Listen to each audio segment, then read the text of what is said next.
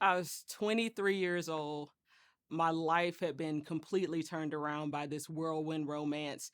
I was happily married. I was living in this new city and starting a career at this huge company that everyone knew the name of. But I had no idea how to navigate this tenuous ecosystem of corporate America. And in this new world, I was surrounded by these brilliant engineers and mathematicians that were exactly where they had planned and hoped and wanted to be. They knew this world that was, for me, painted in a palette of blacks and grays and navies. And I looked around me and I looked to the leaders who were successful. You know, the ones you see, the titans of industry that run the world. When they enter the rooms, there's a silence that comes over the room, and the conversations really just kind of go down. Never a voice raised above the others, never a hair out of place, never a lapel flower, or anything that didn't seem like the others. I studied them and I became them. They were nice enough, very pleasant and helpful, and always with their open doors and the right words at every turn, and a carefully guiding hand to propel me to the next level, and then the next and the next. And with each word, though, for me, there seemed to be this unspoken rule: be like us, and we'll take you under our wing. Was that what they were saying? Was that what I wanted? Is this all there is? Is this how it has to be? Was this true? When I look back, the reality is I'll never really know. I do know that this was the lens through which I experienced the first decade of my career. So I fell in line with the status quo. I went to the business section of Express in the department stores at the mall and stocked up on pinstripes and Oxford shirts and a few blazers for good measure. I knew that my closet of colors and distracting patterns had no place among these brilliant people and their impressive careers. I should be honored just to be among them, right? I mean, after all, just me, a daughter of a pastor who drove a Greyhound bus, and my mother, a simple yet loving school teacher. I needed to adapt, and I didn't know this world. This is who they wanted me to be. My familiarity would make them like me. They would trust me. They would promote me, right? My closet became this negative of my life. The real me on the left relegated to evenings and weekends, and the corporate cardboard cutout on the right for weekdays and work events. And it worked. Promotions came quickly. My brand and my profile rose quicker than my counterparts that joined at the same time as me. It felt like maybe, just maybe, it was worth bottling up all of myself for the gains of, well, I don't really know what I was hoping to gain, but this was the game, right? And I was in it. And this is what we do. Until that dreadful day. It was an after hours work event, but this one was different. Spouses were welcomed. And so there I was with my husband, TJ, and my worlds swiftly and without warning collided. I had on my toned down attire, my conservative hairstyle with just a few curls, but no razzle dazzle.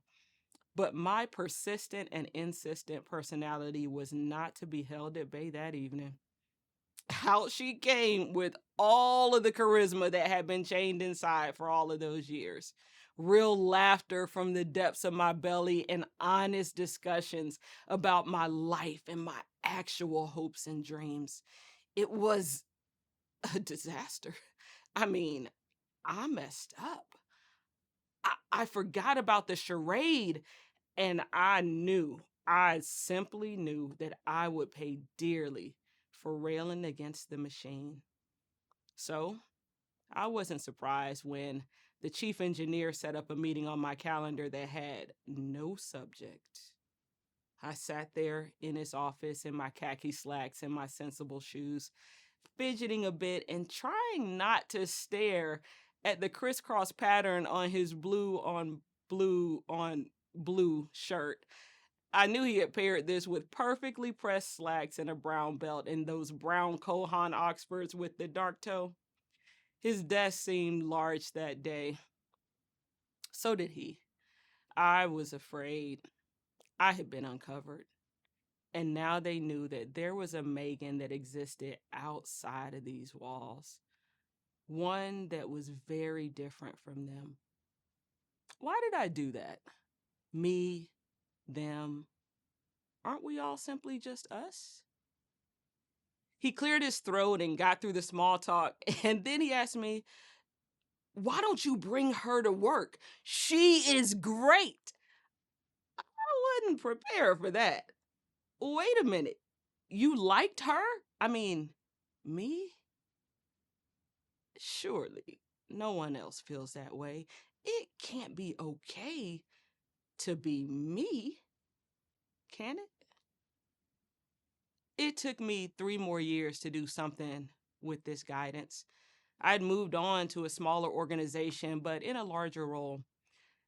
And as I sat at dinner one night with TJ, going on and on about how unhappy I was, he said, "You can't create an entire career off of this facade. They need to know you. You can change someone's life."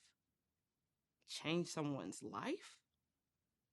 These words from my love, my anchor, the one who does know me, they fell like water in the desert. And I knew it was time to find the courage and venture into the unknown. And it was these words and his support that strengthened me to wear my crazy socks to work the next day. Now, in these days, crazy socks were not common, nor did they seem acceptable. But for me, I was dipping my toe into the water of authenticity. And this was my test to see if that chief engineer was right. The socks were a hit. I got compliments, and for the first time, I had real conversations with the strangers that I was surrounded by each day at the office.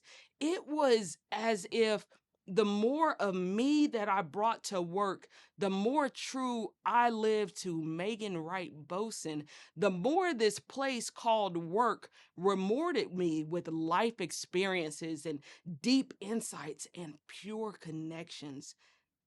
Now, Megan is who I am every day, everywhere. When you see me, you may see my Air Jordans and my "does that really match" outfit.